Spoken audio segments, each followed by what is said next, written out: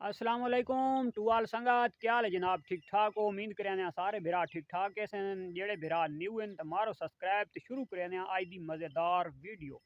मारका सादे कोलू रात की इतनी बारिश आई है ना, इतनी बारिश आई है कि बेतहाशा बारिश आई है सादे कोलू, और इतनी तेज़ अंधार चल रहा है, इतना तेज़ तूफान आई।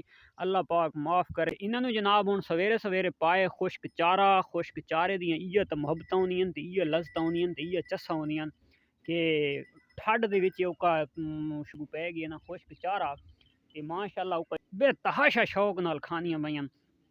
जियां ज़्यादा सर्दी दी च मारका बंदा कबाबां ते या सीखां ते नहीं पौंदा। इन्होंने ये चेक करो माशाअल्लाह, कशिश चेक करो। ये छोटू गैंग नू भी जनाब पा दिते मिसा। ये हुण माशाअल्लाह ओके हो गए, इसनू उस दिहाड़े टीका लाया ही परसों, उस तो बाद यदि मैं वीडियो ना बना सका। ये माशाअल्लाह ओके, इन्होंने भी पा छोड़ा मिसा। ये हुण मिसा इंजॉयमेंट करेंदे पैन। लेकिन बकरी दे विच इ'यै मुसीबत होंदी है। ये हुण देखो ना कितनी बंदरी भरी पई है, इन्हां बचा बचा के माल रखा होया है। ते जिस टाइम भेद दे अगू गया पियो ना, ये आला भी कड के भेदां दे अगू पा देसो तो भेदां इंशाअल्लाह रगड़ वैसन। मार्गा ते काफ़ी सारे भाइयों के मैसेज आते पैन कि लाला कित्थों जानवर गिनना चाहिए, किहड़े हिसाब का गिनना चाहिए। तो मैं आके इको वीडियो बना छोड़ने सारे भरावां नूं इन्फॉर्मेशन मिल वैसी।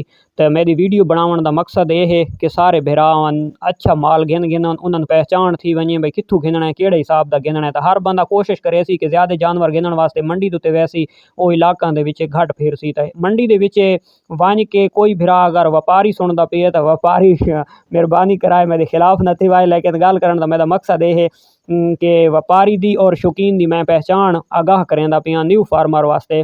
कि जेड़ा व्यापारी हो सी वो जानवर नू खूबसूरती बना के गिद्दी वदा हो सी, ओदी कटिंग करके गिद्दी वदा हो सी, ओनू धवा के गिद्दी वदा हो सी वेचण वास्ते गानियां शानियां पा के। ते जेड़ा हो सी शौकीन वो धवा के कौन आने सी या दवा के आने सी तो कटिंग वगैरह कैंची शैंची फेर के कौन आने सी।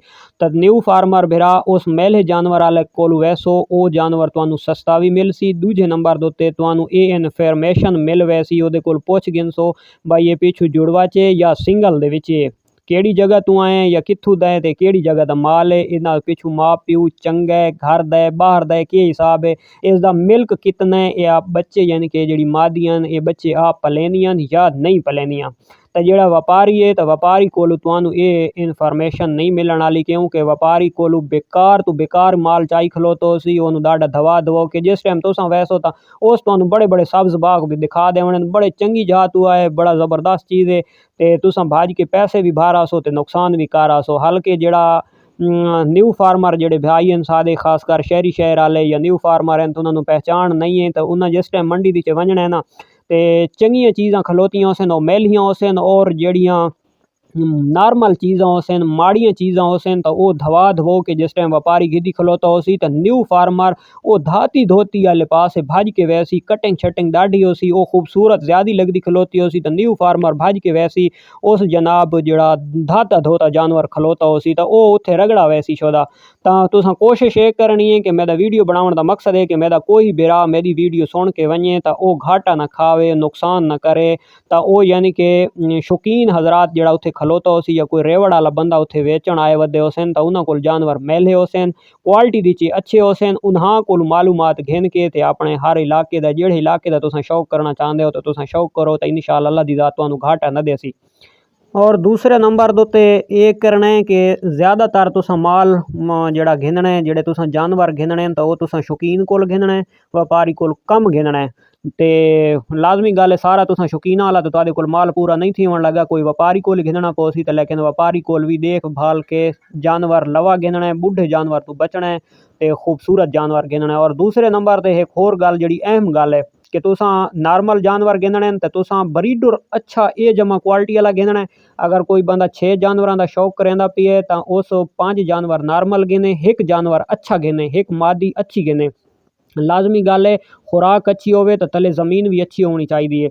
ਤੇ दूसरे नंबर ते कोई अगर दाह दा शौक करेंदा पिए ते विच एक या दो मादियां ओ अच्छियां घिने ओ अच्छियां घिनण दा तुहाडा ये फायदा थी वैसी कि तुसां ब्रीडर तां लाजमी गल है तुहाडे कोल बहु अच्छा होवणे तो वो जड़ियां अच्छियां मादियां तुहाडे कोल होसन तां उन्हां दे उत्ते जिस टाइम ब्रीडर क्रॉस थी सी ते उन्हां दे जेड़े बच्चे होसन तां लाजमी गल है ओ भी तां बहु अच्छे होसन क्योंकि तुसां हिक्को ब्रीडर तां रखी नहीं रावणा तुसां लाजमी गल है वो ब्रीडर सेल कर छोड़ना कि तुहानू वध पैसे बाहर न भरने पवेन तुहानू वध बाहर भजना न पवे तुहाडे कोल अच्छियां मादियां होसन अच्छियां मादियां ते ब्रीडर क्रॉस थींदा रासी ते तुहाडा ब्रीडर क्वालिटी दा बच्चा अपने घर दा पैदा थी वैसी ताकि आने वाले टाइम दे विच तुहाडा घर दा ब्रीडर होसी तुहानू बाहर वत न भजना पोसी बाहर वत न घिनना पोसी तां ये कोशिश करनी है शौकीन कोलू जानवर घिनने पुछ दस के घिनने भाई ये जुड़वा च सिंगल दे विच केड़े हिसाब दे चाहे कहे इलाके दा भी शौक करो लेकिन देखभाल के जानवर घिनने ते व्यापारी कोलू कम घिनने शौकीन कोलू ज़्यादा घिनने ते इंशाअल्लाह तुहानू ये वीडियो पसंद आसी।